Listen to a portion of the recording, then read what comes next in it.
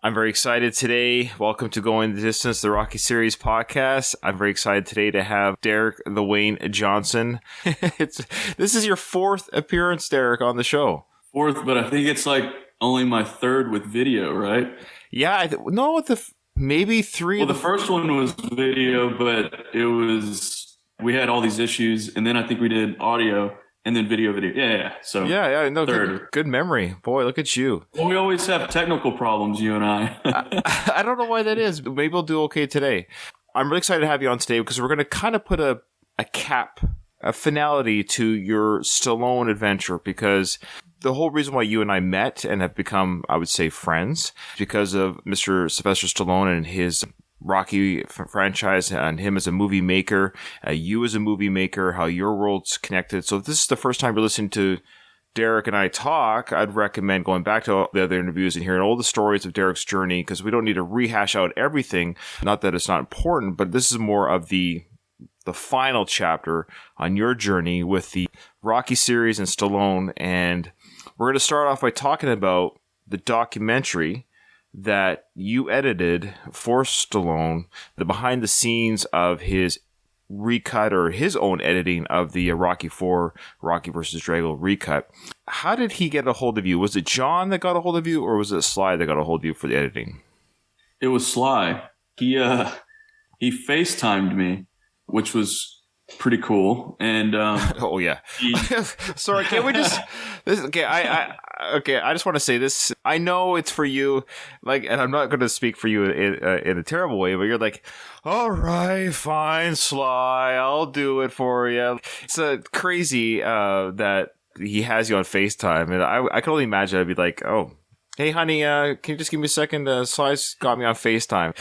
It's just the casual way. Oh, he FaceTimed me. Okay, sorry. Yeah, go on. He FaceTimed you. Well, that was the first time he FaceTimed me. But anyway. Oh, okay. Oh, wow. Okay. Yeah. Well, actually, no, it's true, though. There's a two-part FaceTime story to this story. No, he FaceTimed me. I mean, we usually talk on the phone or text or email or whatever. I mean, I didn't expect him to FaceTime me, but he FaceTimed me, and he was, if I remember correctly, this time he was on the way to the airport to fly out to Atlanta to do Samaritan on this particular one. Now, I did an interview recently, and I have to correct myself. I got the two FaceTimes mixed up. So that was the first FaceTime, and he asked me, this is what I have, John Hertzfeld, iPhone, would you edit it? Da-da-da-da. And I knew John because John was in Stallone Frank, that is, and he's a friend. So it was like, no brainer. So that was the first FaceTime. Then John called and we FaceTimed because he was so excited that I said yes, because Sly called him, he called me. It was just like all three of us, we were the only three that knew about this. So it was like we were all excited.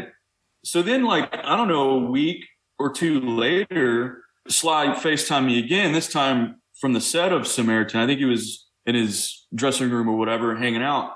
And we talked about it again. So it was just funny because it was like, yeah, I'll do it. I did make a joke to him about, it's more Rocky stuff for me, huh? Because we've done, the three documentaries before that. This was the fourth. It was just funny. It was like, John was like a little kid. He was so excited. Sly was like a little kid. And I'm just sitting there with my mind exploding, going, not only is this, Sly FaceTiming me, but he's hiring me to do something that no one's going to know about for about a year. You tortured me for a year. I want to make this clear to our listeners. So Derek and I have, we've become friends. Derek was it sadomasochist? What is it? You like to inflict, I hate that word. You like to inflict pain on people. So Derek sent me a message. He goes, you won't believe it. Sly he just called me and, I've got some exciting news. And I'm like, oh, that's great. What are you doing? Well, I can't tell you, but you're going to love it. I'm like, what are you doing to me, man? And then he says, so I peppered you. So come on. And we knew at the time that he was working on a recut at the time. So I'm like, you're working on something with a recut. No, can't say. I'm like, you're working on something about behind the scenes or some sort of extras for the DVD. Nope, can't say, but you'll like it. You'll love it. Anyways, you tortured me. I don't know why you do that. Why do you do that to me? I don't know. I guess, isn't it sadist? Sadist. Yeah, I think so. I knew that you would get a kick out of being teased about it, but I didn't know it was going to take a year because, I mean, I worked on that for 5 months. Right. It took 5 months to edit that between Sly and John and I going back and forth. And it was kind of funny, but I also didn't know that Rocky vs. Drago would come out a year later either. So, like, I was teasing you just to tease you. I thought would last a couple of months. It lasted a year. So sorry about that. That's okay. I forgive you. How much footage got cut from this? Like, how much footage did you have, hours-wise? Man, well, hats off to John Hertzfeld because he filmed so much. I mean, how much got cut? Well, it's a 93-minute documentary. I probably went through several hours. I really don't know. I'd have to check the hard drive, but several hours that John filmed. What was the direction from Sly? What was his direction on your editing? For example, let's say he said something that he didn't want to reveal. So what was the direction on what you can and can't cut? I mean, did you leave things in that he wanted taken out? Was there anything revealing that I know you can't share, but was there something that's like, oh, I don't want that out? I like to protect Sly, right? I would protect any subject. Now, again, I'm just the editor on this. I'm not the director. I'm executing John's vision.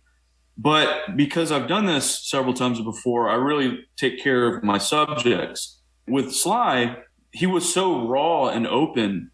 John and I really were like, hey, okay, I'll put it this way. I think I was a little too protective. And I think John was like, no, let it go. And so Sly was cool with that. I mean, yeah, there's a few things that you like don't put in.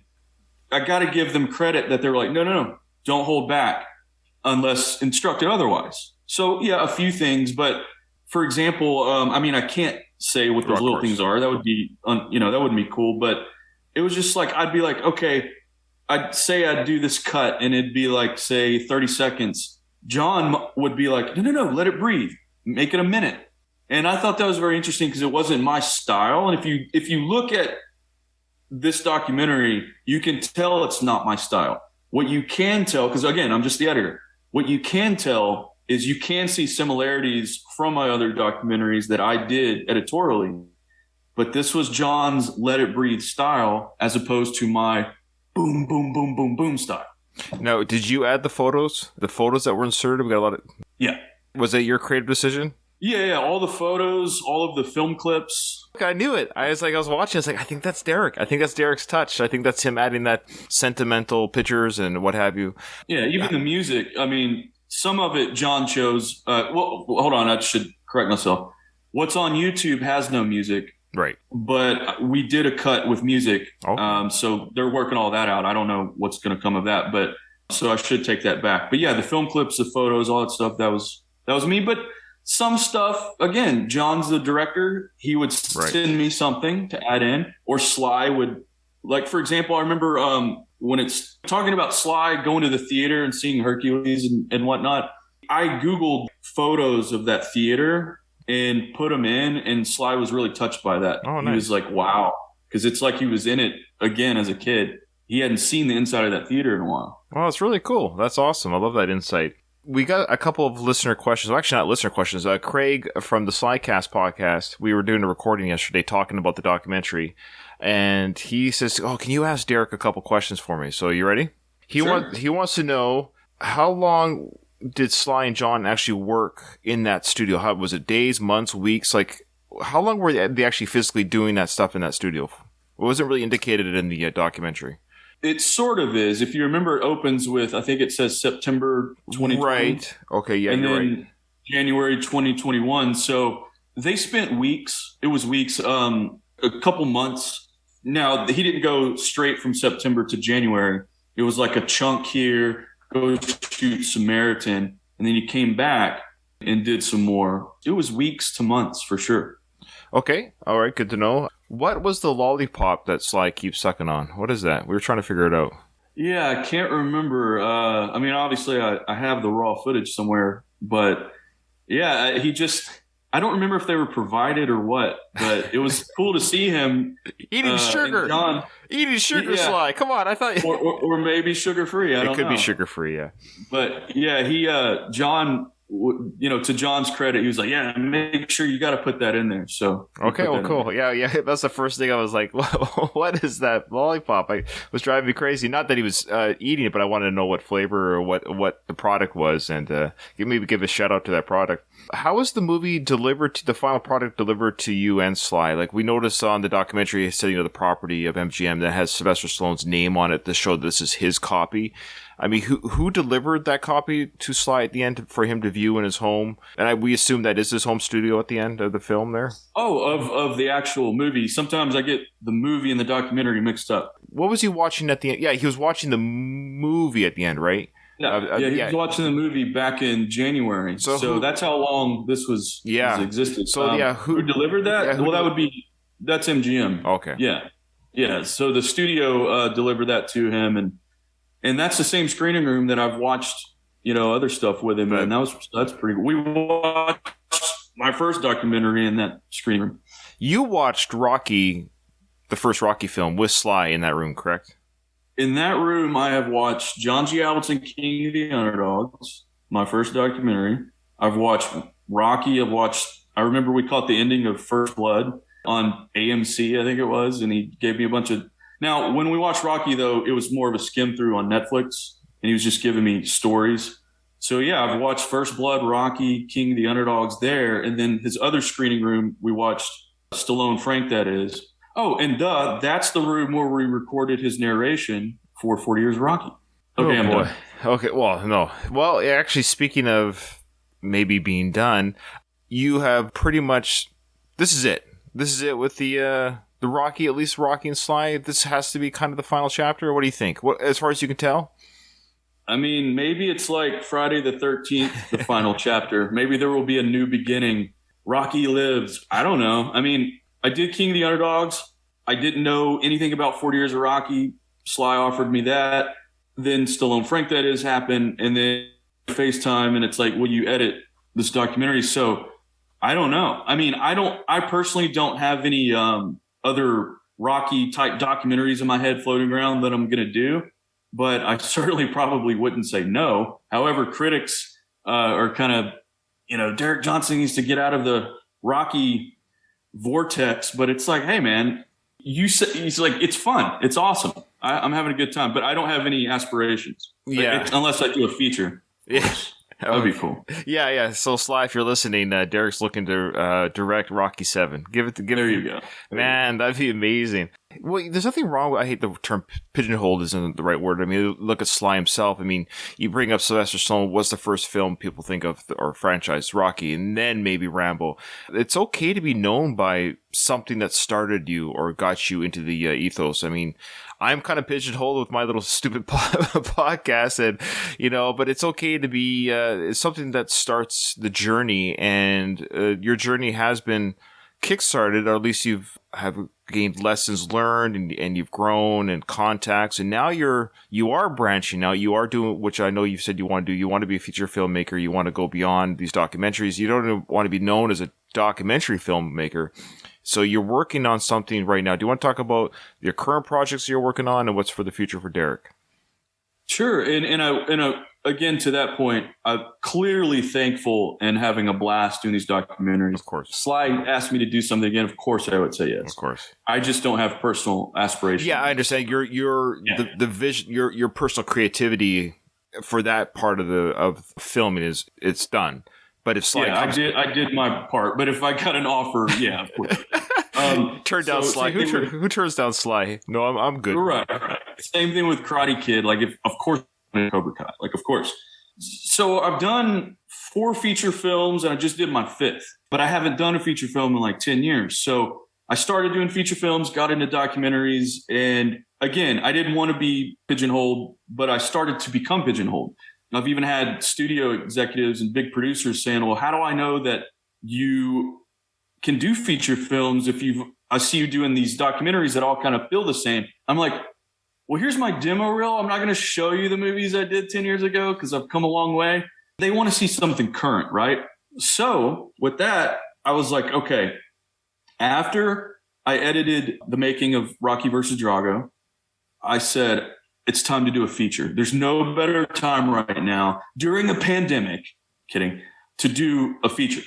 So we did a film called Bloodstreams, and it's a feature film. It's a drama, thriller, crime, and we shot it this past summer, and we're almost finished with post-production. So that was it was a palate cleanser, and it got me back into what I'm really passionate about. And then it also, at the same time, like, I miss documentaries as well. I like the balance, and I think that's what I want to do with my career. Do a feature here, do a documentary there. But I'm back in the narrative feature game right now. And Bloodstreams is a film that you wrote as well? I co-wrote it with my writing partner, Frank Mangarelli. He's in Chicago. We're just good buddies. We see eye to eye on cinema. So I came up with the idea, let's shoot a movie. We wrote a script together, and then I directed it, produced it with my team. I'm editing it right now. My longtime film composer, Greg Sims, who did the music for all of those documentaries, he's doing the music. It's really cool. It's a far different than the documentaries that I've been doing the past 10 years. Can you give us a plot line? I know you don't like to reveal too much. I mean, is there... It is too early to kind of promote Bloodstreams, but okay. I will just say that it takes place in about 24 hours. It's a crime thriller. It's just really cool. It's all set in my home state of Texas, not the Texas that you always see in movies where there's like a tumbleweed and like a cactus out in the West. No. East Texas, where it's just piney woods. It's just a forest of pine trees. So it's really cool. It stars Han Soto. He did some Cobra Kai work. Yuji Okamoto, who from Karate Kid 2 and Cobra Kai. Brad Mall, who was a soap star for 20 years on General Hospital. And then Holland Haley, who you haven't heard of, but you will. She's fantastic. It's a pretty cool East Texas crime thriller. Oh, man. Well, that's great. I'm going to watch it. I'm going to buy it. I've purchased everything you've done so far since we've met. I'm looking forward to it. What's next then for you after this work is done? I mean, do you have a project rolling around your head already? Are those creative juices flowing right now for you? Well, yeah. I mean, they never stop. We actually want to turn Bloodstreams into a trilogy. I should have asked. I was like, is this something that can have a... Okay.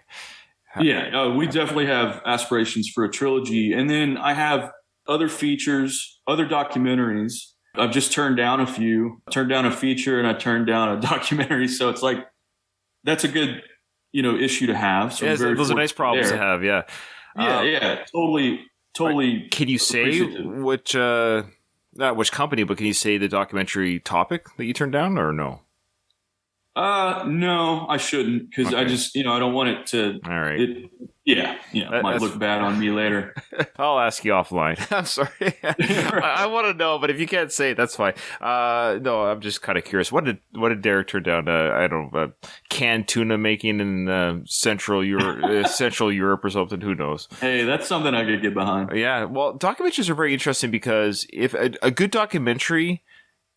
A documentary is good, when it's a topic you don't even know anything about or I might have an interest in, but when you watch the documentary, you're like, oh, I enjoyed learning something from that documentary. So I think even people who don't know John G. Avildsen as a person, I think if they watch that King of the Underdogs, they're like, oh, he's a fascinating person. Even if they've maybe never seen a film that he's done before. That's a sign of a good documentary is, do I find the topic interesting or is it being presented in an interesting way?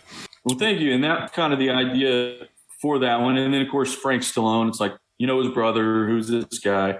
But it's interesting. I believe, I haven't seen it yet, but the Robert Stigwood documentary just came out on HBO Max, and he produced Saturday Night Fever and fired John Avildsen. So I heard that we hear their side of the story. Of course, my documentary has John's side of the story, but the truth is in the middle, I'm sure. It always is, yeah. Yeah, it's cool. It's like you said, taking a subject that you don't know a whole lot about, learning about it, that's what's fun. But even with feature films, I try to think of okay, so crime, drama, thrillers, they've been done to death. How can we do it differently? And I think with Bloodstreams, you'll see how we did it differently, I hope. I hope so, too. Yeah. Don't waste my time, Derek. You got to give me something. Right. What are things from the documentary to feature film that you learned from doing documentaries? Because you just said you did the feature films, then you did documentaries, and now you're back to feature. Was there something from the documentary filmmaking that you've now implemented into your feature filmmaking? Yeah, I think it's always it's both, because everyone would always say, "Oh, with your documentaries, they feel like movies." Okay, that's intentional. I don't know if I truly was successful at that, but I get a lot of that feedback, so must have been successful in making them feel cinematic and feel like a movie. Okay, so do you take a documentary feeling and put it into a feature? William Friedkin did in The French Connection, and look how that turned out. Mm-hmm. So I do learn, I would say, probably editorially speaking, I love how documentaries are edited. You cram a lot of information and a lot of visuals into a short amount of time. So I like taking that aspect of it and putting it into a feature film.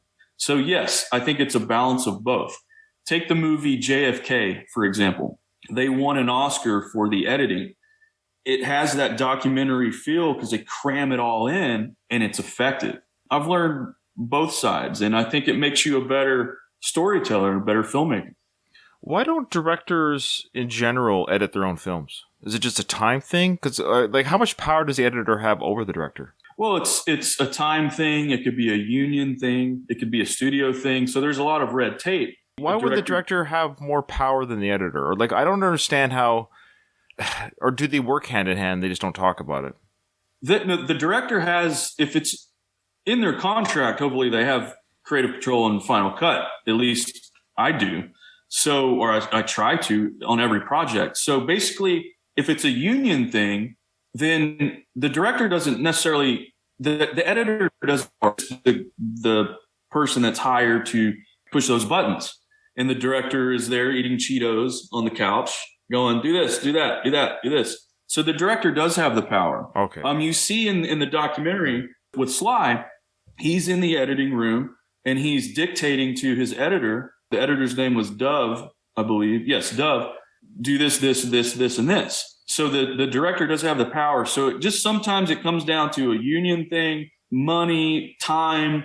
Maybe a director just needs to go shoot another movie or prep for another movie, and he has an editor he trusts. Then he can come in and kind of oversee it. I personally love editing my own stuff.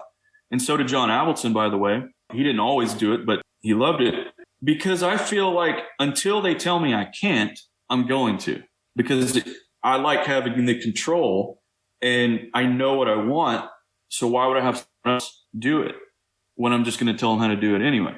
If I was a director, which I'm not, or if I was a screenwriter, if I was filming my own screenplay, essentially, I know the way I am, I'd be a, let's say, control freak, but pass or fail, this is my project. Again, there's a lot of red tape. So it just depends what's in your contract. For example, I was offered a script recently that I didn't like at all. They wanted me to direct it. And I was like, okay, well, I have to give my notes and my opinions, and I would like to edit it. They weren't against me editing it. They just didn't like my notes. Okay, so you wrote it and you don't want to listen to me. Why are you hiring me? You go direct it. There you go. Yeah. Well. You know? It's weird. You have to, as a writer, you have to let go. Your job is done once that director signs on. But with an editor, it's different.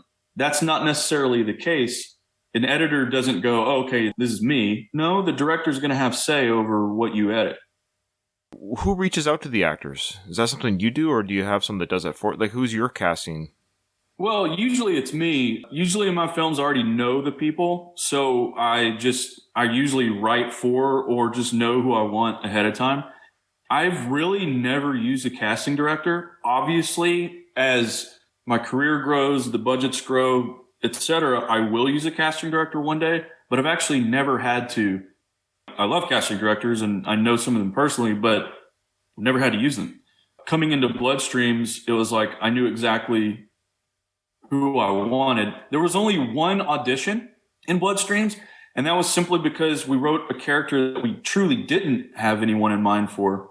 And I saw an audition for this actor. He was the only person I saw, and I knew immediately he was right for the role. Now, I told this actor that, and I said, at the risk, actors want to hear this. This is what actors want to hear. They want to hear, yeah, I went through 400 people and you're the one, right? Because then they're like, out of 400 people, I was chosen. That's actually not the case. I was so blown away by this guy that he was the first person I saw, and I go, him, I don't need to see anyone else. So sometimes that happens too. And that happened in Bloodstream. Oh, cool. Very cool story. I love it.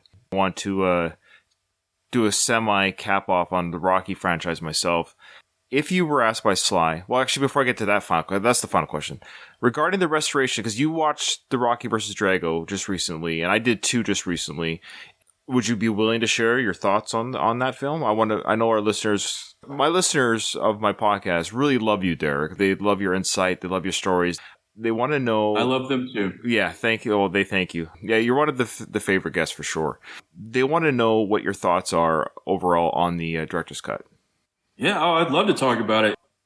I know it's a Rocky show, and I didn't mean to go off on Bloodstreams and stuff. No, but I wanted to talk about Bloodstreams. That was me. Well, thank you. Yes. Thank you. So, what are my thoughts on Rocky versus Drago? I loved it. And here's why I loved it. I love that, and normally I don't care for when films get tainted with, like classic films, like they mess with them. But again, going back to Lethal Weapon, I love the Lethal Weapon director's cut. And that kind of showed me as a kid, the director's cut came out when I was about 16 in 1999. And that's the one I really watched the most. So it's hard for me to go back and watch the theatrical cut. However, you take something like Star Wars, of course I prefer the original and not the special edition, right? Okay.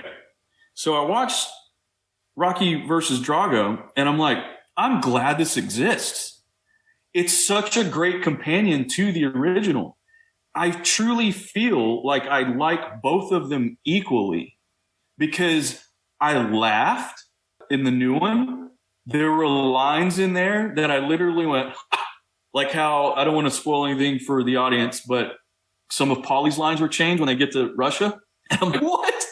It was neat. And I love how it was flushed out a little bit better. It breathed. And more Adrian. I was like, yes. Give me more Talia any day of the week. So I really liked it. There were some spots in it where the pacing was a little off, but going back 35 years, that's going to happen. I really enjoyed it. I love that they both exist. I feel like once a year I could watch each one and be totally satisfied. There's my spiel. Okay, gun to your head. You have to watch the franchise as a franchise for the rest of your life with one of the two inserted for 4. Which one do you pick? Well, I would go with the original. Okay. And the reason is it's in my bloodstreams. Yeah. I have bloodstreams. Look at that. Look at that. Yeah. That's the one that we all grew up on. But I love that I got to experience the new one. Really good. I totally agree. Now, we talked about this on our recording last night with Craig, and he wanted to know. Well, he asked me, he says, you could tell, and this isn't a criticism on the film, but maybe this is a technical thing that you can speak to, is you could kind of tell in the film, because I was watching 4K high def on my TV, and there's times I could tell, oh, this is the inserted footage due to the resolution issues. What's the technical reasoning for that? Are they not able to make it a seamless? Is it a money thing, or is it just a film transfer thing? Is it just we can't restore that footage to make it look like today's footage? It's all about the master. So MGM definitely went into the master, which is 35-year-old physical film print. It's never going to be the same. Now, some of it, you also have to think about this. So if they go in and they go into the master, they can make it as pristine as possible, right? This piece of 35-year-old film. But sometimes they don't have the master. Sometimes they have a duplicate. Okay, so you have to think in your mind of VHS tape, because we grew up with VHS. We're watching movies now that look like they're brand new, but we saw them snowy with tracking issues and kind of hard to see. That's because that was a duplicate of a duplicate of a duplicate of et cetera, et cetera. And that fades over time. So take that to film. Sometimes they can't get into the master, or they only have a duplicate. Once you have just that, it's hard to match it. It comes down to, it's not sloppy editing or anything on MGM's behalf. It's just, this is a physical thing that's old and we're trying our best, or we don't have the actual clean version of it. Even with some of the audio, clearly you heard Sly do some ADR, some voiceover. He put his new voice into some stuff. Yeah. Hey, that's cool. I mean, I know I have the ear for it. Yeah, I could tell. I know which scene you're talking about. Yeah. Yeah. And that's cool. It didn't bother me. With the sound. Now you also have to remember, for 5 months, I was watching all of this happen, editing the documentary. So I also have seen stuff that isn't even in the documentary. They had to go in with the sound and redo sound. And how do you match sound? Notice that the punches, the sounds were different things. It's just different technology. Regarding the documentary, back to the documentary, there's one thing that I saw in the documentary that I thought Sly was going to put in the final film. So it's kind of funny. I watched the documentary first, and I was like, because then when I watched the Rocky versus Drago, that part wasn't in the film, or if it was, I missed it. There's a scene that he was showing in the documentary when Rocky did like a warrior yell at Drago. Rah! You remember that part? Okay, I need to clarify. And when you go back in, watch it again, and you'll see it's not part of the movie. That's his warm up. Yes, they were recording because, you start the camera. That's the leader that gets cut out of the movie. That's Sly warming up. That's not Rocky. That's Sylvester. Oh, I just loved it when I saw it. So that was just Sly being Sly. That's Sly being Sly. He's bulking up. He's raging out. The wolf is coming out in him. Because you have to understand, okay, he's directing, he's acting, he's got to play Rocky, he's got to know exactly what moment he's in. He's psyching himself up. So when he says action, he's in the moment because he's an athlete, he's a physical guy. So that's literally Sylvester, that is not Rocky.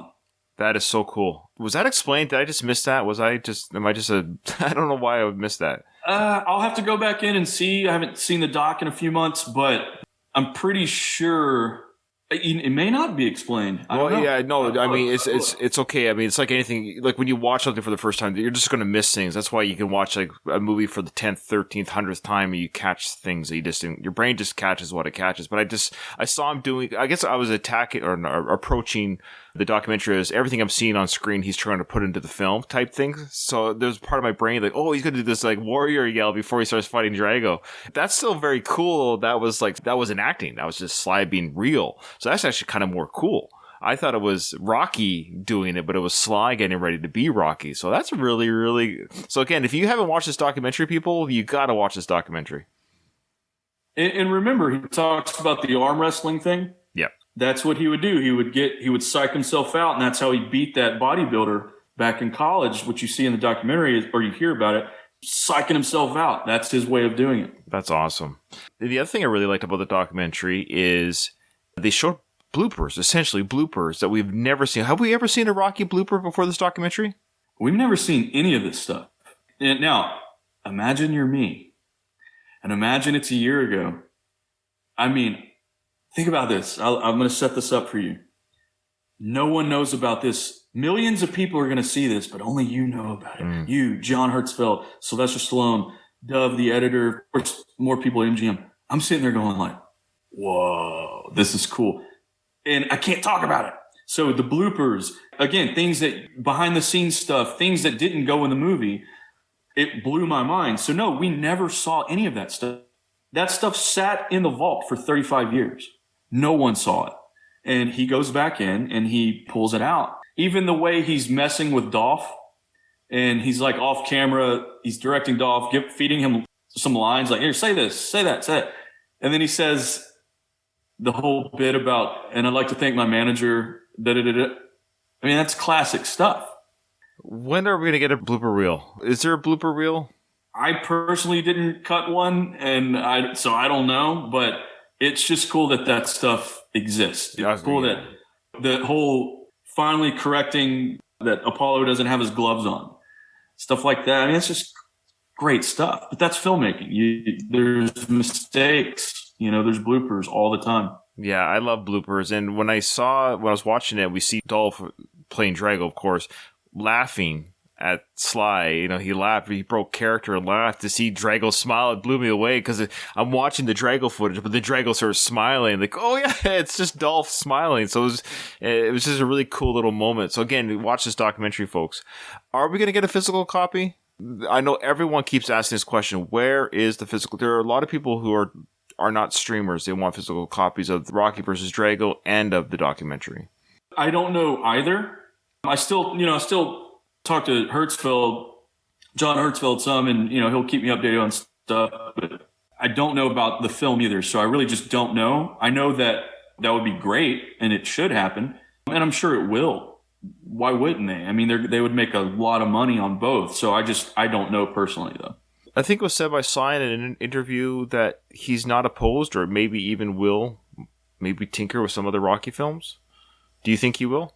I don't know. He hasn't said anything to me, but I'll be glad to edit another documentary for him if he does do one. But no, I don't know, because you have to also think about, say, everyone's like, Rocky V should be next. Rocky V, you got to fix Rocky V. Well, that was John Avildsen's film. Rightfully so. I mean, it tells you something about Rocky V, doesn't it? That people are so desperate, not in a mean way, but they're so desperate for that film to be Sly's vision. Because I know you're a big John Avildsen fan, and we know the problems with that production. Whose vision was that finally on that film? Was it a mishmash? Was it two different directors? Is there a vision that you think exists on film that can be fixed? We've talked about the director's cut before, or the work print that was on its way to YouTube years ago. It was so much better than the theatrical version. No, look, John was the director. That was John's film. Sly brought him back. They try to recapture the earlier essence to no avail. I mean, you have studio interruptions. You have worn out material. You have, Sly's version, John's version of each story. And, it all comes down to the script and just the production itself. Sometimes just don't hit. I really enjoyed that director's cut / work print. I only saw it once, but it was like there was a lot of really cool stuff in there that didn't make the final cut. I do know that, and I think I've told you this before, at the end of Rocky V, when he's fighting Tommy and there's like all this crazy, insane editing and like montage and stuff, that was not John. That was, from what John told me, that was maybe the studio or the editor did that. And I don't think John was going to put Drago in it. Again, MGM, please don't be mad at me for saying all this stuff, but that's just what John told me. So now you might go, wait a second. You just said earlier that the director calls the shots. But again, sometimes I don't know what was in John's contract. There's studio involvement. There's union stuff. I don't know. All I know is he told me that wasn't his editing, and he wouldn't have done that. Yeah, I know it's kind of a messy business, because even Sly says in the documentary that he felt some pressure from the studio with Rocky IV, that even himself at that stage in his career, I mean, he was only about 40 years old, but he was like feeling the pressure from the studio, and he kind of felt rushed too, and he felt like he kind of knew he was given that 80s product even back then, that it wasn't quite the drama that he had in mind either. That's kind of what I got from the documentary. I mean, sometimes we speak of re-editing, and sometimes we re-edit our own memories, right? Like, I don't know if our memories can be kind of false, but he said that was what he felt at the time, that this was a way of making up for what he wanted at that time. Probably with John, I would assume, I think a lot of the studio did meddle, because I think Sly said he wanted Rocky to die at the end of Part 5. That was his first vision. But because that's why John signed on. John signed on to that project because he read the script, and Rocky dies, and Adrian's holding him in her arms, and it was this beautiful ending. And then, as you find out in my documentary about John, the studio calls and is like, Rocky doesn't die. Yeah, exactly. So to Sly's credit, I mean, he wrote that beautiful ending, and the studio did meddle and change that. So, but also on the Rocky IV thing, Sly does talk about the folly of youth and how he wished he would have thought differently back then. So as much as like he may have originally wanted Rocky IV to be more of a drama, and he had studio pressure, he also was young, full of adrenaline, and like, let's go, go, go, go, go. And as he's mellowed out over the years, he's like, could have let this breathe. And he finally got to do that. So I think when you're younger, it's all about go, go, go, go, go, go, go. I mean, how many times have you heard from people that aren't true fans like, oh, Rocky I's boring. It's so slow. I really love Rocky IV. Yeah. That says so much about a person, to be honest with you. Yes. Let's be real. If you're a Rocky fan, and you're legit a Rocky fan of the franchise, and you say Rocky 4 is your favorite film of the franchise, is it fun to watch? Absolutely. Is it a blast? Does it go down easy? Yeah. The only two that I give you arguments for is Rocky 1 and Rocky 2. They can say it's their favorite, but if you say it's the best. Okay, fine. That's fair. Okay. Yeah. If you say Rocky 1 isn't good and it's slow and boring, you have issues, kid. Yeah. Derek being the diplomat, it could be your favorite, but it's not the best one. Perfectly said. Before we close, one last question. If Sly asked you to direct Rocky 7, what is a plot point that you would like to see happen? I have no idea, and I'll tell you why. I'm just being honest. Sure. I have no idea because if I think about that stuff, it'll drive me insane because I know I won't be directing it. You see what I'm saying? If it were to happen. Right. If I really just start thinking about it, I'll get excited and I know it's not going to happen. So I just don't think about it. But I will say something on Rambo.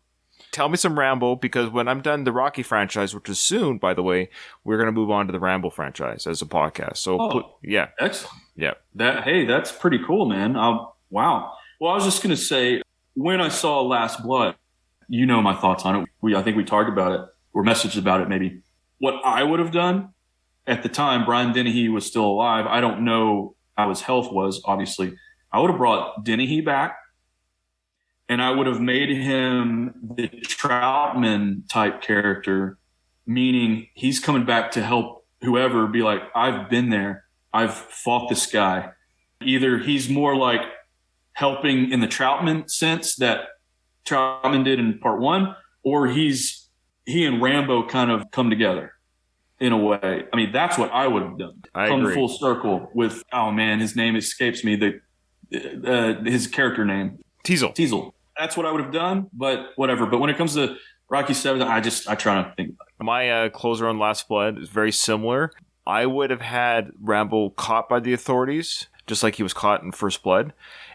Sheriff Teasel visits him in jail and says, yeah, well, here we are. That's the full circle. Whatever the dialogue would have been, I can't write dialogue, but some sort of like closure. Not an angry visit, but kind of like both broken older men of like the journey's over. They can kind of where it's supposed to be. Like John Rambo, is kind of a criminal. He's not really supposed to be doing what he's doing on on Arizona soil. So he does go to jail for the safety of the public, and Sheriff Teasel kind of sees him there and says, well, here we are, back to square one. And then it just fades to black with them sitting in across the bars from each other. Yeah. See, again, you and I just think eye to eye. Yeah, absolutely. That's awesome. Well, you and I can keep talking. People are like, oh my gosh, guys, hang this up already. These two friends are just yapping about stuff. You and I talk forever about this sort of thing, and I love it. And I hope our listeners enjoyed it.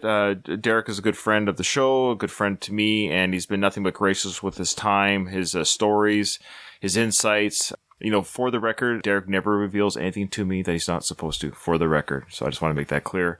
And I did talk about that in my last podcast, that you teased me with this, and you never broke code. You drove me crazy, but can see why. So I appreciate that. I'm sure the studio appreciates that too.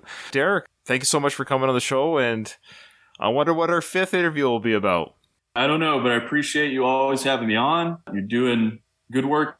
I really look forward to the Rambo series that you're going to do. I just want to send a special thanks to John Hertzfeld and Sylvester Stallone for bringing me on to the documentary. And to you, Ryan, you're a good buddy. Thanks for having me on. Your listeners are awesome. I really appreciate it. And it's a good format to talk. I'll be back, I hope. You will be. All right. Thank you so much. Talk to you soon. Thank you. All right, buddy.